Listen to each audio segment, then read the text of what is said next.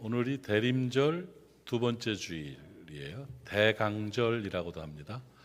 대강절, 대림절. 대강절이 더 나아요? 대림절이 더 나아요? 둘 다 같은 거예요. 강림한다는 의미와 임재한다는, 임하신다는 의미로 대림절이라고도 부르고 대강절이라고도 불러요. 저는 그 대강절은 그냥 대강대강 하는 느낌이 들어서 그래서 대림절을 주로 저는 사용합니다. 같은 의미예요. 같은 의미인데. 그래서 대림절의 주제는 예수 그리스도이시고 예수 그리스도의 빛으로 오신 그런 주제이기 때문에 오늘 대림절 빛으로 오신 예수 그리스도라는 제목을 가지고 대림절에 대해서 좀 가르쳐 드릴게요. 대림절이 어떤 의미이고 대림절을 우리가 어떻게 지켜가야 되는지 이런 부분들에 대해서 말씀을 나누면 은혜가 되리라고 생각을 합니다. 우리 기독교회에서는 그 교회력이라는 게 있습니다. 교회력. 그래서 교회력에 따르면 교회력에 이제 절기가 있고 또 명절이 있고 뭐 이렇게 되는데 교회력에 보면 교회력에 따른 절기들이 주현절, 사순절, 그리고 오순절, 대림절 뭐 이런 게 있어요. 교회력. 그래서 여러분 우리 원력 있죠. 우리 달력에 보면 우리도 그 음력으로 보면 명절 아닌 절기들이 있죠. 입춘, 뭐 춘분, 우수경칩, 뭐 동지 뭐 이런 거 있잖아요. 좀 이렇게 끄떡끄떡하면서 들으세요. 예. 그런 절기가 있는 것처럼 절기에 따라서 농사가 되고 뭐 날씨가 변하고 또 어떤 때는 뭘 하고 이런 거 있죠. 뭐 동지에는 팥죽 먹고 뭐 이런 거. 동지의 의미라는 건 뭐냐? 밤이 제일 긴 때가 동지죠. 그렇죠. 그 동지가 지나면 그 다음부터는 낮이 길어지기 시작하죠. 그러니까 어떤 그런 봄을 기다리는 회복의 의미로서 이제 한 해가 마무리되고 새로 밝혀진다 뭐 이래서 동지 팥죽을 먹어요. 팥죽은 왜 먹어요? 옛날에는 그런 얘기였어요. 옛날에는 묵은 귀신들을 쫓아낸다고 팥죽을 보면 귀신이 도망간다나 어떤 도깨비가 어떻게 된다나. 나는 왜 먹냐면 맛있어서 먹어요. 그러니까 이제 그런 절기들이 있는 것처럼 교회의 달력, 교회력에도 이런 주현절, 예수 그리스도께서 나타나시는 현현의 의미로서 뭐 세례 받으신 절 기념 뭐 이런 것들로 해서 주현절, 그 다음에 사순절은 뭐예요? 예수님이 십자가에 죽으시고 부활하시기까지 40일 동안은 사순절, 그리고 또 열흘 동안 오순절, 55번 오순, 10번이 5번 되는 오순절, 성령 강림에 관한 기념으로 하고, 그리고 이제 이런 대림절, 대강절이 지켜지게 되는 거예요.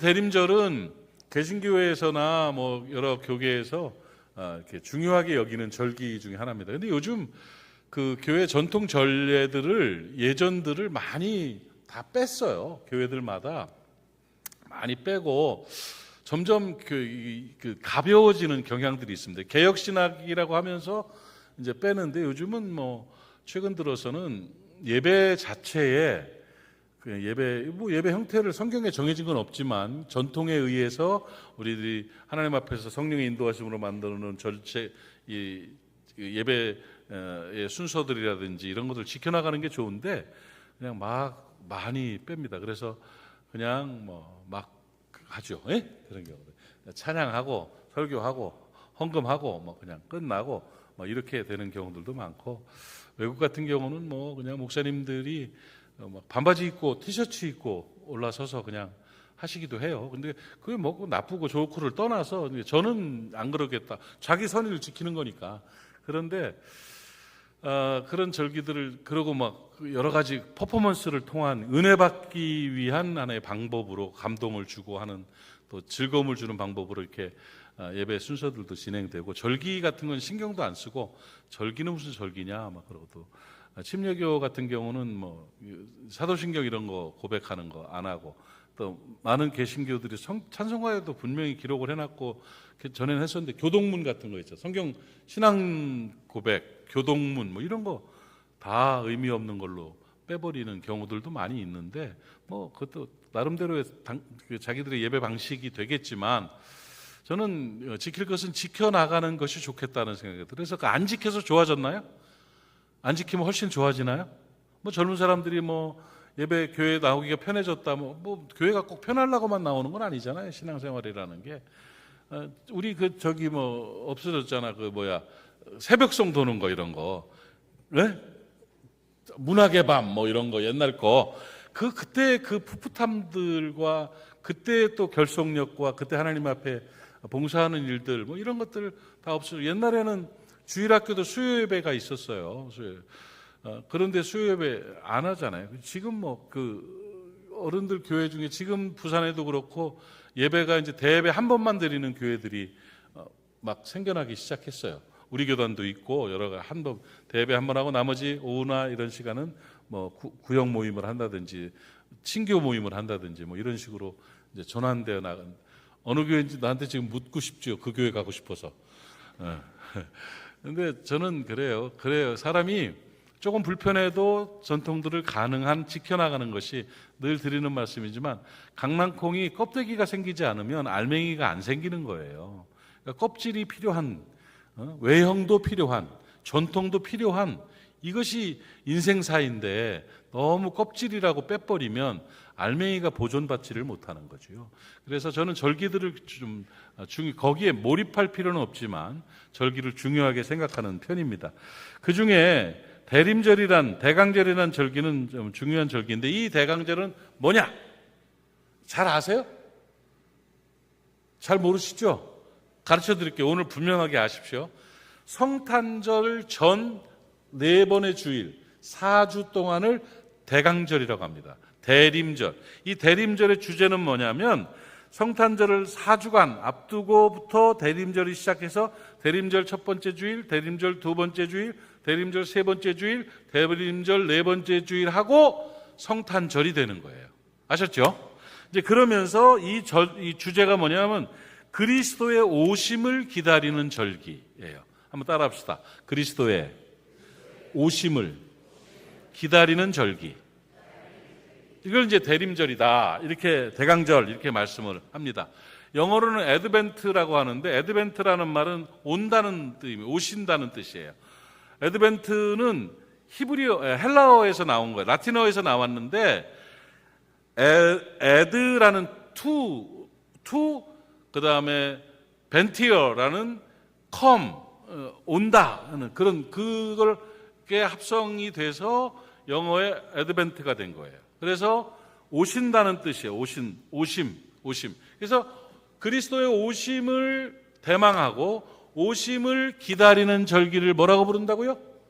대림절 혹은 대강절 이렇게 부르는 거예요. 애드벤트가 되는 거지요. 그런데 논란이 있을 수밖에 없지요. 그럼 지금 이 시대를 살아가면서 2025년도에 대림절을 예수 그리스도를 기다린다고 그러는데 성탄절에 그러니까 초림하시는 처음 예수님께서 세상에 태어나신 초림의 예수님을 기다리는 거냐 아니면 다시 오실 왕으로 오실 재림의 예수님을 기다리는 거냐 뭘 기다리는 거냐 그거에 대한 신학적 논란이 있을 수가 있겠죠. 예수 그리스도의 성탄 첫 번째 오심 성육신을 기다리는 절기인가 아니면 역사의 마지막에 오실 재림의 주님을 기다리는 절기인가. 원래 처음에 초창기 기독교에서는 첫 번째 의미 예수께서 2000년 전에 세상에 태어나셔서 처음 오신 초림을 대망하는 절기로서의 대림절을 지켰었어요. 그러니까 성탄절 오신 아기 예수님을 감사하고 축하하는 절기로 지킨 것이 사실이에요. 한 1000년 정도는 그렇게 됐어요. 그래서 크리스마스를 기다리는 크리스마스 예수님의 탄생일을 바라보면서 세상에 오신 성육신의 그리스도께 감사하는 크리스마스 기다리는 절기다 이렇게 정리가 됐었죠. 그런데 12세기에 들어가면서부터 이 신학적 개념들이 전환되기 시작했습니다. 그래서 초림의 예수를 기다리는 절기에서 이제는 왕으로 오실 예수 그리스도 재림의 주님을 대망하는 절기로 이제 포괄적으로 사용하게 됐다는 거야. 이 대림절을. 그래서 대림절은 예수 그리스도의 초림을 기다리고 또 예수 그리스도의 다시 오심을 기다리는 포괄적인 의미의 그리스도의 오심을 기다리는 절기다. 이렇게 정리하면 돼요. 아셨죠? 네, 아셨으면 감사합니다. 막간을 이용해서 여러분 AD와 BC와 AD, 기원 전과 기원 후가 나눠진 게 왜 나눠진지 아십니까? 예수님, 그렇죠? 메시아의 예수님의 오심을 기준으로 해서 예수님이 탄생하기 전 BC, 예수님이 탄생한 이후 AD로 그렇게 나눠진 거예요. 그래서 기원전과 기원, 예수님이 탄생이 딱 그때부터 기원전, 기원 후라고 나눴는데 로마 시대에 그거에 대한 기준이 잘못 흐트러져 가지고 예수님이 그러면 0년, 예? BC 0년, AD 0년에 태어나셨어요? 내가 지금 말을 너무 어렵게 하고 있나요? 그렇지 않지요. 그렇지 않아요. 예수님이 사실은 0년에 태어났는지 언제 태어났는지 잘 몰라요. 왜 그러냐면 여러분 예수님이 태어나셨을 때 성경에 헤롯 왕이 어린아이들을 다 죽였잖아요. 그래요, 안 그래요? 그렇죠. 그러면 헤롯 왕이 살아있을 때 예수님이 태어나셨어야 맞잖아요. 근데 거기까지 신학적 연구가 안 됐던 모양이라 과거에. 헤롯 왕은 BC 4세기경에 4년 전에 죽었어요. 그러니까 예수님이 적어도 BC 4년보다는 전에 태어나셨죠. 내가 왜 이렇게 어렵게 얘기하나? 그죠?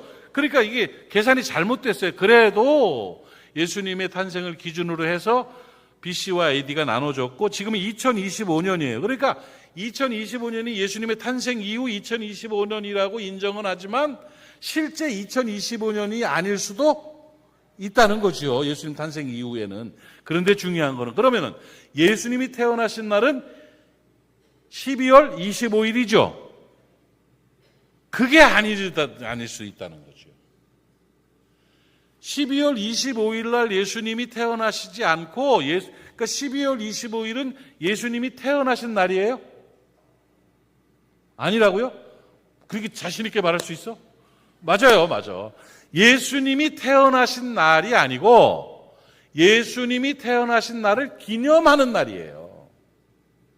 예수님 생일날이 그날이 아니고 생일을 기념하는 날이에요. 그래서 기독교인들 속에서도 정교회 사람들은 날짜 계산을 다르게 해서 1월 달에 성탄절을 지켜요. 네? 이 서방교회와 우리 개신교회는 12월 25일로 정해서 또 세계가 다 성탄절을 지키고 이렇게 되는 거예요. 그러니까 12월 25일 날 예수님이 탄생하신 것은 아니라는 거지요. 그래서 로마에서 기독교를 313년에 국교로 정하면서 그때 그 당시에 있던 최고 큰 절기를 거기에 접목을 시켜서 언젠지 우리가 잘 모르니까 예수님이 탄생하신 날로 정하고 선포해서 그날을 기념하는 게 성탄절이라고요. 굳이 이 날짜를 바꿀 필요가 있어요, 없어요? 없죠. 그날로 정해서 그날 예수님의 탄생을 기념하는 날로 지켜나가면 된단 말이죠. 성경에 보면 12월 25일이 아닐 가능성이 훨씬 많아요. 밤중에 들의 목자들이 양이 풀을 뜯고 들에서 잠을 자면서 별을 바라보고 맨날 12월 25일 날 밤에 양들 다 얼어 죽으려고? 그러니까 그렇지 않을 가능성이 많다는 거죠. 그러니까 그런 부분에 대해서 우리가 너무 민감할 이유는 없고 어쨌든 성탄은 예수 그리스도의 오심에 대한 기념일로 지키면서 그 4주 전부터 그날을 기념해서 대림절을 지켜가는 것이다 하는 거예요. 그리고 요즘 들어서 또 하나의 의미는 예수님의 처음 오신 그날을 기념하는 것과 바라보는 것과 재림의 주님을 바라보는 것과 동시에 또 하나의 의미로 들어간 게 뭐냐면 오시는 성령님, 보혜사 성령님의 임재를 갈망하는 그것까지도 포함하는 신학적인 토대가 마련되었고, 실제적으로 캐톨릭에서도 전례 용어집에 보면 예수 그리스도의 성탄 초림과 예수 그리스도의 재림을 함께 기념하고 기다리는 날로 정했고, 개신교회도 그렇게 정했고, 더 나아가 성령님의 임재하심까지도 바라보는 날을 뭐라고 부르느냐? 대림절 혹은 대강절이라고 불러요. 그러니까 더 애드벤트라고 쓰면 거기는 초림을 나타내는 것이고, 글을 쓸 때 그냥 애드벤트만 쓰면 뭐냐면 재림까지 포함하는 포괄적인 의미가 되는데, 어쨌든 다른 건 다 괜찮고 기억해야 될 것은 대강절은 뭐라고? 예수 그리스도의 초림과 재림과 성령의 임재까지도 바라보는 오심, 그리스도의 오심, 구세주의 오심을 대망하는 절기가 바로 대림절이다. 여기까지 아셨으면 아멘. 알아들으셨죠? 그러니까 이제 대림절이 뭔지 다 알았죠? 그런데 대림절을 기념하는 예전들이 하나 있어요. 우리가 세례식도 하고 성찬식도 하는 것처럼 대림절에는 예전을 중요시하는 교회라든지 구교 이런 데서는 대림절에는 뭘 상징적으로 표현을 하냐면 초를 켜요. 초. 대림절 촛불을 켜요. 대림절 촛불이 몇 개냐면 몇 개일까요? 몇 줄을 지킨다고 그랬어요? 그럼 몇 개겠어요? 4개를 이렇게 봐봐요. 그런데 하나가 더 있네 가운데, 그죠? 이건 성탄절에 켜는 초예요. 그래서 대림절 촛불은 4개를 켜는데 4개의 촛불의 색깔은 보라색이에요. 그래서 교회력에 따른 대림절의 색깔은 이 목사의 스톨 있죠? 이 스톨도 지금 색깔이 무슨 색이에요? 보라색이잖아요. 보라색. 이건 뭐를 상징하는 거냐면 빛을 상징하는 거예요. 빛을 상징하는 보라색. 그래서 대림절은 촛불을 보라색 촛불을 켜는데 첫 번째, 두 번째, 세 번째, 네 번째가 조금 달라요. 왜냐하면 한 주 한 주 지날수록 보라 색깔이 더 옅어져요. 밝아져요. 이렇게 가다가 성탄절에는 흰색 촛불로 켜서 감사의 축제를 하는 거예요. 그런데 우리 교회는 촛불을 켰어요, 안 켰어요? 왜 안 켰을까요? 왜 안 켰을까요? 그렇게 큰 의미가 없어요. 왜 안 켰다고 그래요, 권사님이? 촛불을 키면 켜도 괜찮죠. 이렇게 촛불을 켜놓고 또 이거 꽃꽂이 같은 거 할 때 이제 키면 좋은데 안 켜도 괜찮아요. 그걸 예전적 의미로 전통에 따라 뭐 그렇게 안 해도 돼요. 저는 오늘 일부러 촛불을 사다가 한번 되게 사다가 켜놓으면 되고 붙여놓으면 더 시청각 교육은 되겠지만 굳이 그러지 않아도 된다. 그럴 필요도 없다. 그 대신 오늘 빛으로 오신 예수 그리스도를 상징하는 초를 어디에 켜야 되냐면 여러분의 마음에 켜야 된다는 거예요.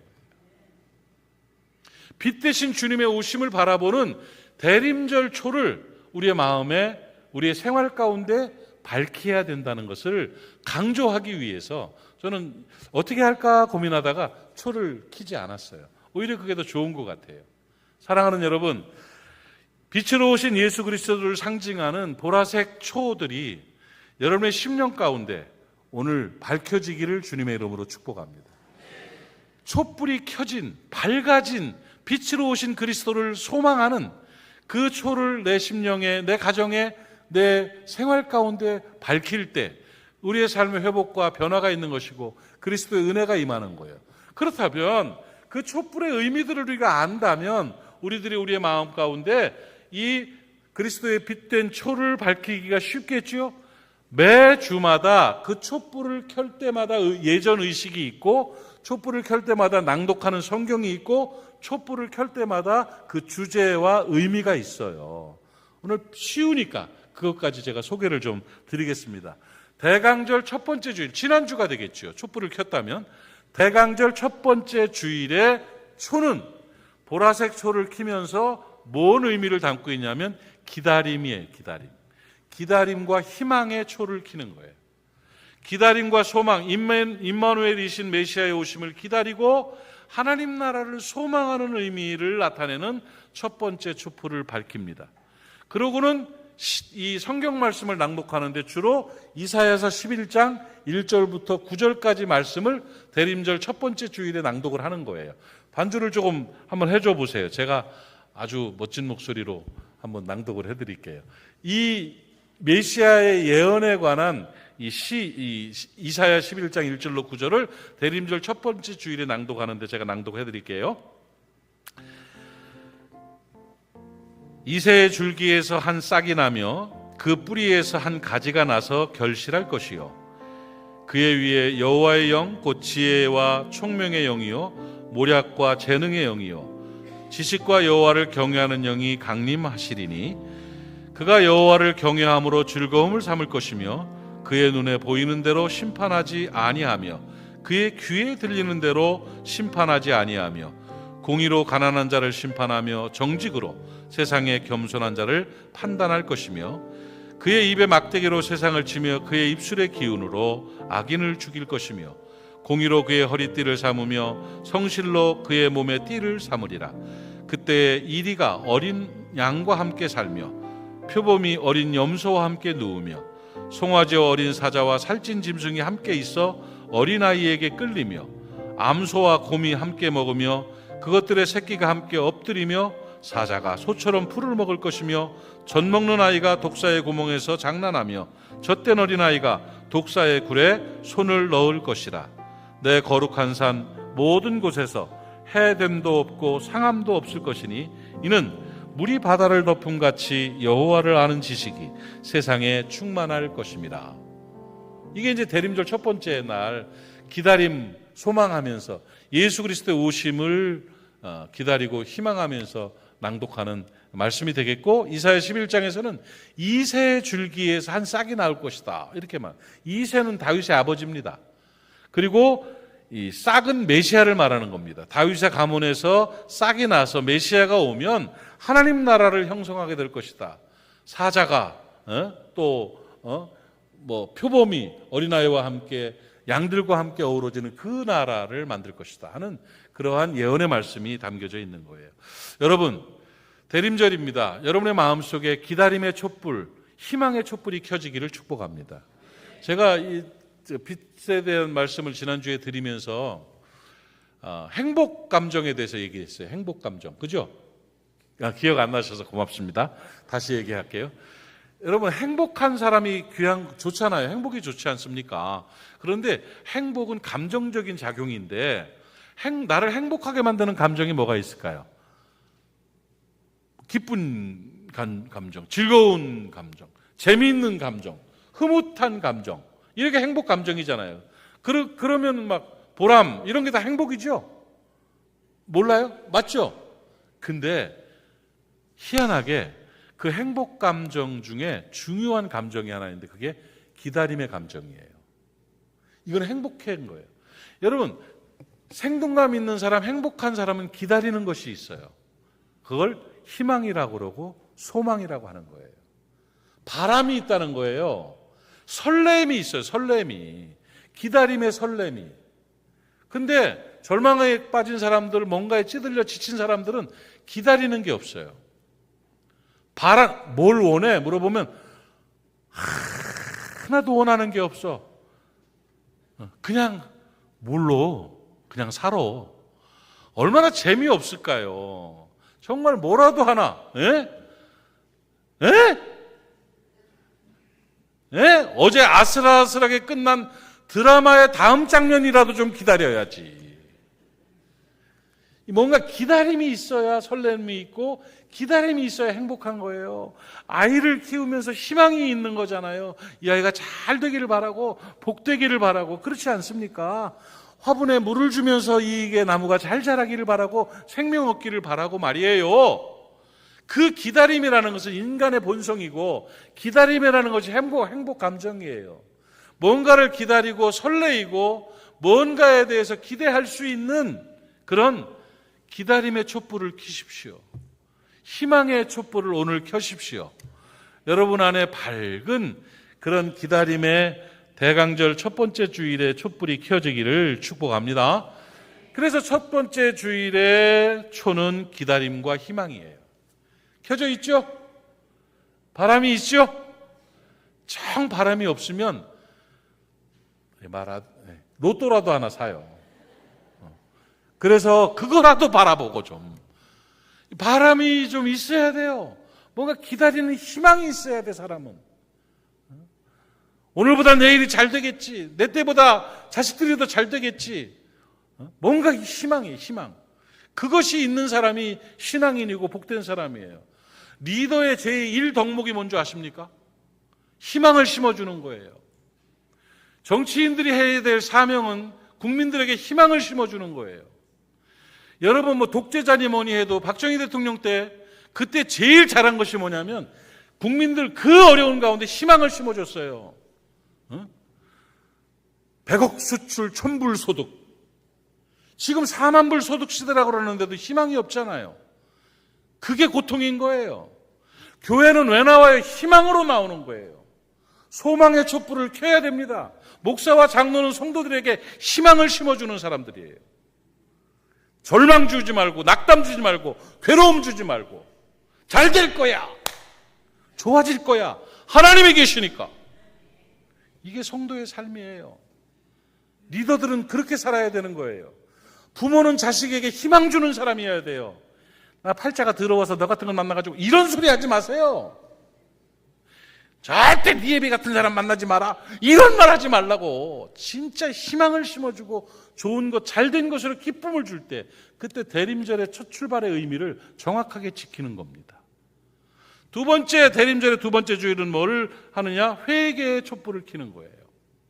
살다 보면 부족한 거 있습니다. 잘못한 거 있습니다. 하나님 나라가 이루어질 수 있도록 해야 되는 나의 삶이어야 되는데, 하나님 나라를 저해하고 방해했던 나의 모습과 잘못된 제도와 삶의 방식들을 회개하고 구유에 누인 아기 예수를 찾아가서 회개하는 그런 모습으로 회개의 촛불을 켜는 거예요. 성찰해보는 거예요. 내가 잘못한 건 없는지, 내가 부족한 건 없는지, 왜곡된 건 없는지, 잘못 살고 있는 게 아닌지를 돌아보며 회개의 촛불을 켤 때 우리의 삶이 밝아지는 것임을 깨닫기를 바랍니다. 여러분, 확증 편향에 빠지지 마십시오. 태극기에 빠지지 말고 촛불에 빠지지 마십시오. 십자가에 빠지는 여러분 되시기를 바랍니다. 우리의 삶이 세속으로 향할 때, 복음보다 이념이 앞서게 될 때, 복음보다 자기 계산이 앞서게 될 때, 그것이 타락입니다, 여러분. 철저하게 하나님 앞에서 회개하고 바른 길 걸어가는 대림절의 성도들 되시기를 축복합니다. 세 번째, 대강절 세 번째 주일은 뭐 하는 날이냐? 무슨 촛불을 켜느냐? 세 번째 촛불의 의미는 사랑과 나눔의 촛불이에요. 대림절 다음 주는 사랑과 나눔의 촛불을 켜는 거예요. 오늘 여러분의 마음속에 사랑과 나눔의 촛불이 밝혀지기를 주의 이름으로 축복합니다. 구유에 누인 아기처럼, 이 원문에 보면 그게 있어요.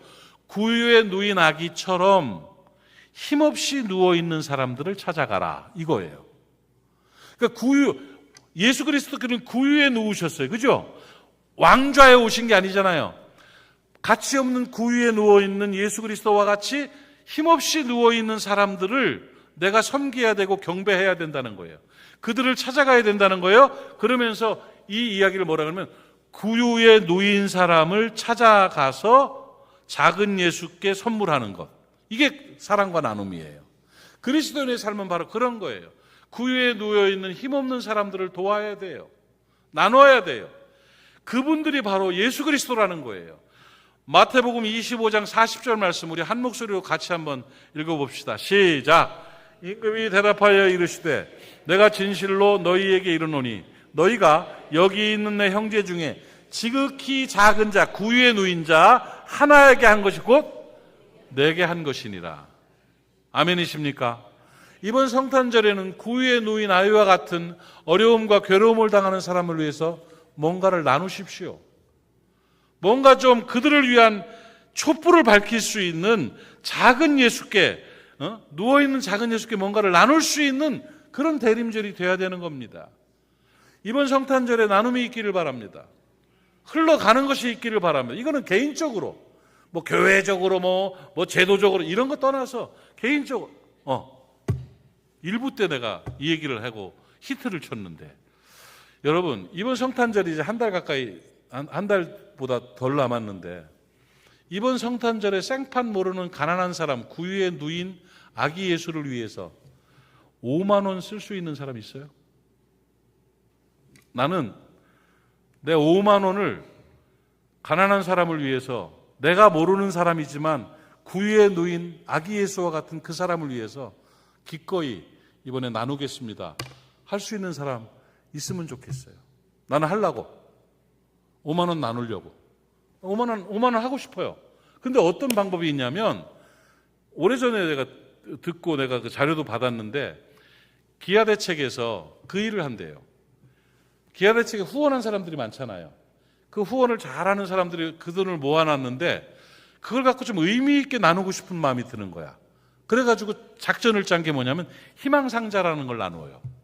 희망상자가 뭐냐면, 내가 5만 원을 내. 그러면 5만 원을 내면 기아대책에서 5만 원을 보태. 그래가지고 희망상자 10만 원짜리를 만들어요. 괜찮지 않아요? 여러분, 물건 10만 원어치 사면 굉장히 많아요. 이만한 박스에다가 10만 원 이상이에요. 그거를 5만 원을 낸 걸 가지고 5만 원을 보태줘서 10만 원 이상 되는 박스를 만들어서 그걸 내가 원하는 곳에 내 이름으로 전달해 주는 거야. 괴정 3동의 독거노인, 80 넘은 독거노인 누구를 위해서 난 주고 싶어요 하면 그분 갖다 줘요. 장애우 누구를 위해 나가 주고 싶어요, 그분 갖다 줘요. 양로시설에, 그 시설에 우리 교회가 좀 주고 싶어요 하면 우리 이름으로 그분들에게 5만 원을 냈는데 10만 원짜리를 만들어서 그분들에게 사랑을 전해주는 그런 일이에요. 좋지 않아요? 나는 그거 좋을 것 같아요. 담임 목사를 따라서 나도 해보겠습니다 하는 분은 나갈 때 오늘까지만 우리 홍은숙 권사님하고 송명숙 권사님에게 이름을 얘기해 주십시오. 그리고 나중에 5만 원을 내면 돼요. 그러면 10만 원짜리를 만들어서 전달해 드리고 그 내용은 어디로 갔는지, 어디로 줄 것인지까지도 이야기해 주시면 그렇게 할게요. 괜찮은 것 같아요. 이번 크리스마스 그렇게 해도 너무 마음에 대림절의 촛불을 잘 밝힌 것 같다 하는 생각이 드는 것이지요. 오늘 그런 마음의 결정을 하시기를 바라고, 혹시 5만 원을 못 내고 선물만 한 사람이 있으면 나중에 경찰을 부르겠습니다. 그래가지고 수사에 들어가도록 그렇게 하지요.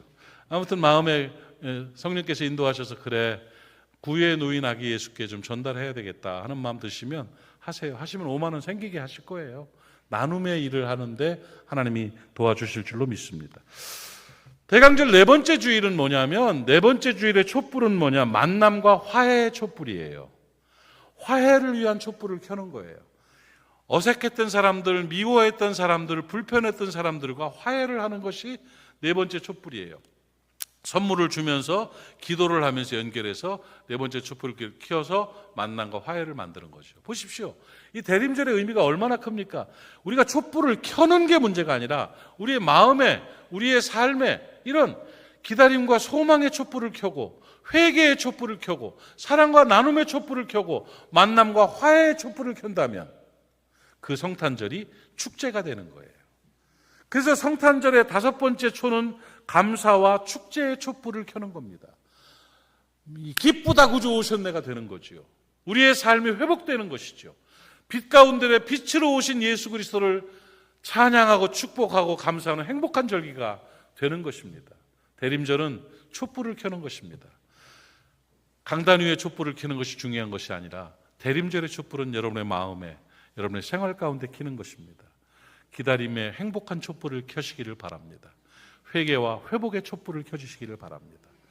사랑과 나눔의 촛불을 켜십시오. 만남과 화해의 촛불을 켜십시오. 그리고 이 성탄의 기쁨의 축제가 되기를 주님의 이름으로 축복합니다. 기도합시다. 하나님 아버지, 은혜를 감사합니다. 대림절에 관해서 배우게 하시고 마음에 대림절 촛불을 밝히게 하시니 감사합니다. 그 모습으로 살아가게 하시고 그 아름다움으로 주 앞에 영광 돌리게 하옵시며, 이번 2025년도 성탄절이 더 감사하고 더 기쁜 절기가 되게 하여 주시옵소서. 예수님의 이름으로 기도하옵나이다. 아멘.